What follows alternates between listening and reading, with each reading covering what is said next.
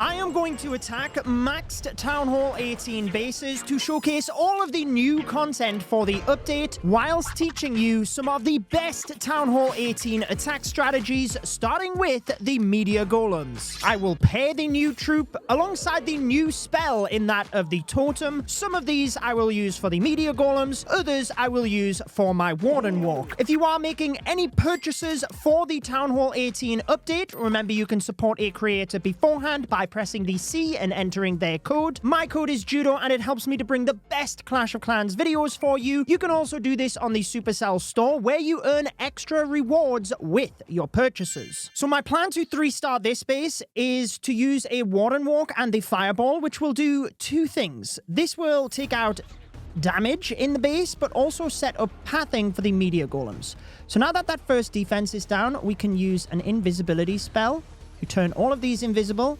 Now that they are, we can Fireball, get the Earthquakes in quick enough to take down the Clan Castle.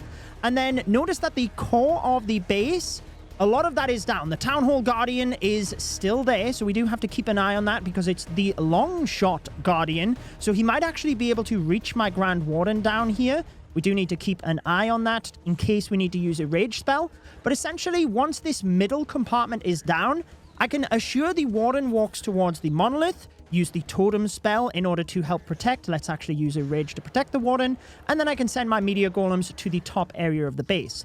Let's keep an eye and see which way the Warden goes, because I can use 5 rocket loons to pull the Warden should he want to go up towards the Expo, because I want to keep him down towards the Monolith. So there we go. Let's use those rocket loons. That pulls the Warden this way. We need to make sure he's safe before I start sending in the Meteor Golems, because the enemy queen is in this location. Okay, we should actually be good here. I may use an invisibility spell. Yeah, let's use one because I don't want to lose the Warden here. And now he should be safe. We can set up this other area. Let's use a furnace at the top. That will funnel for later on.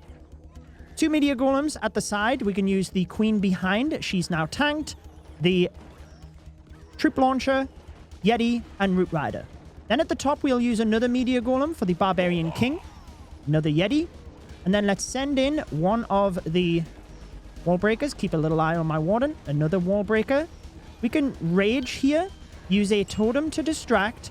King ability and Queen ability. Because if we get through this, we're good. Now keep an eye on the Warden. He's under damage here. As soon as the Royal Champion gets in range, let's use the Totem to distract both of those. Let's reinforce at the top with my Royal Champion. Now that the Town Hall is down. Keep an eye on this Monolith and the Expo as well, because should that lock onto the Warden, we'd want to use the Totem spell to re-distract these defenses. So now we can do that. It will stun defenses in a 6-tile range so that they swap to the Totem spell. And that worked pretty nicely. As soon as that is about to go down, then we can do exactly the same. I don't think we need to at this point. This base is crushed, my friends. The Meteor Golems can provide beautiful tanking for your heroes pushing through the base, as long as you've got that pathing set, and the Warden Fireball combined with a Warden Walk is a great way to do that. But let's move to the next strategy. This one uses the Electro Dragons, but with their new level for Town Hall 18. One thing you can do to set them up is a surgical Electro Dragon approach that is raging one of them to snipe an area of the base, in this case the Revenge Tower, before it activates. I would like to get both of those air defense as well, so I'm actually going to send in another one. And we're going to rage up next to the multi-gear tower so we can take that and snipe the defending Royal Champion. Now I'm going to set up my Flame Flingers. So essentially I'm going to take out the left side of the base so my Electro Dragons can focus on the right side of the base with my Queen. Looks like we should be able to get straight to the Expo there. Then that sets up my Flinger very nicely. Okay, I'm actually going to start with the Queen.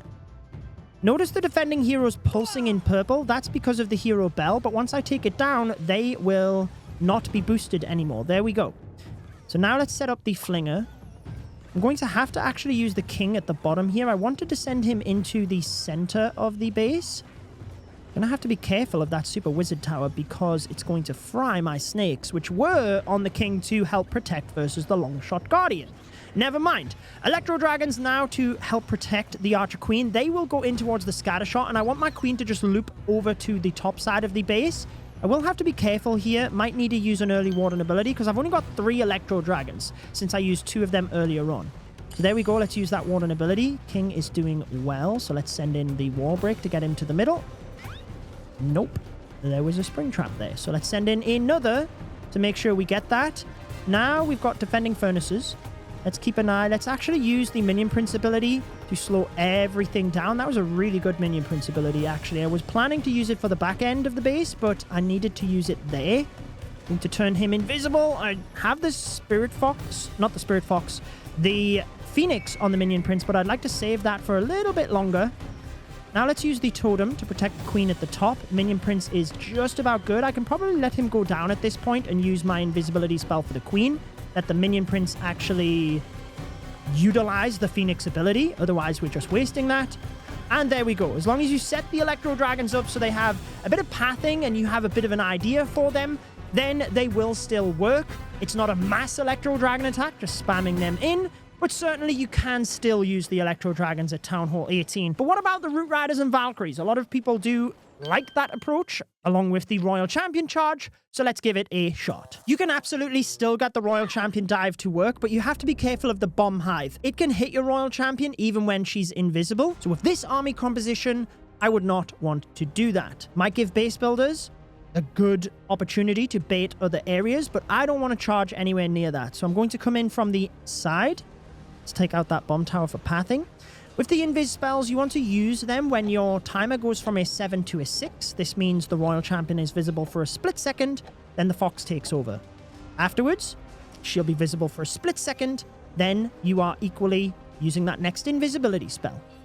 When you're near some defenses like the Monolith or the Town Hall, which fire fast, you can double cycle, which is what I'm going to do now. So I used it on the 7 and then the 3, and my Royal Champion and Spirit Fox are never visible.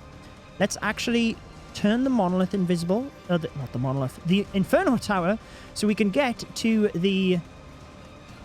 Ooh, that was close. To the Fire Spitter. I'd used my spell a little bit fast in the first instance. Let's go with the Super Barbarian there to take out those buildings.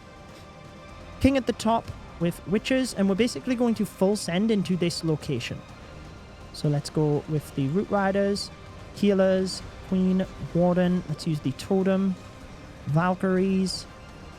Let's rage here. Troop thrower. And let's send the RC into the side. I should have overgrowthed early because you have to be careful as to... Let's use the Warden ability. We don't want to lose all of those Root Riders. They were low on health. You have to be careful as to when the overgrowth is actually going to wear off as well. Because I'm using it to make sure my Root Riders are together so they can be healed through the middle of the base here. But actually I need to make sure that the overgrowth wears off when the troops are still close to that location. Let's use the King ability here. Queen ability, we can now freeze this and see how my troops are still in that location so they can move and take out the side of the base there.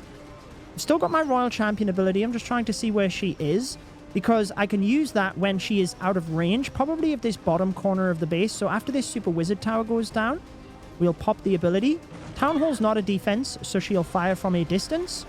All of the way over towards the other Super Wizard Tower, the Expo, and then that is going to be good to go. You basically can use your Super Barbarians on the outside to take out defensive buildings to keep your Root Riders in the base, or you can use them to take out non-defensive buildings. Maybe you want to path your King or Queen into the base, but the Root Riders absolutely still work, even though they didn't get an extra level. You just have to create the pathing to keep them close together so the healers can do their job. And to be honest, I'm glad that the strategy still works for those of you that do enjoy it. Saving one of the best until last. This is your Queen charge and Warden charge into the new Meteor Golems.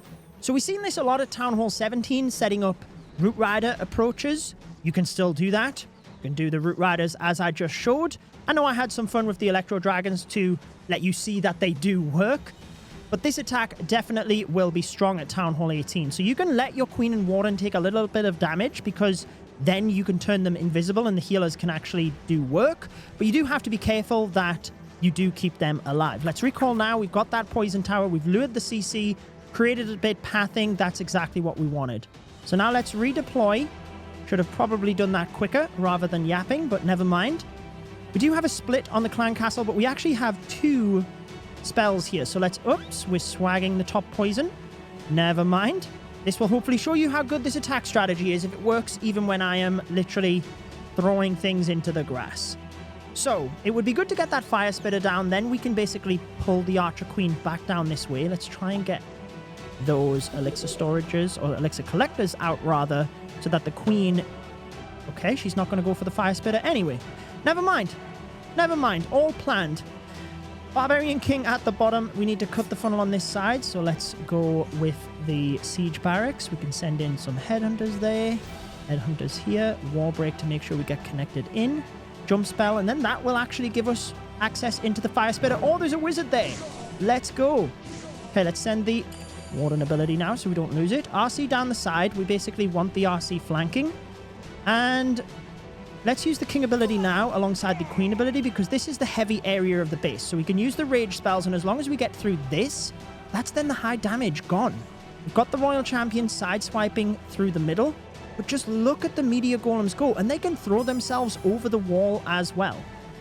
So, with the Royal Champion, that's the key here. We can use the Rage on her, we can use the invisibility spells on her, and she still has her ability for this monolith as well. We don't want to time fail, that is for sure. Let's use the RC ability. Let's actually Rage these Meteor Golems. They are tanky, and they've got the healers, so they should probably be able to get that monolith. That is a perfect example of why this attack strategy is so strong. If you can set the funnel for them, they just keep going through the base. Beautiful stuff there. And hopefully this has given you a good amount of strategies to get started at Town Hall 18 and that you enjoy it. Thank you for supporting the channel with Code Judo. I will pop both of my breakdown videos on your screen. This covers everything that is new with the Town Hall 18 update. Enjoy the rest of your day.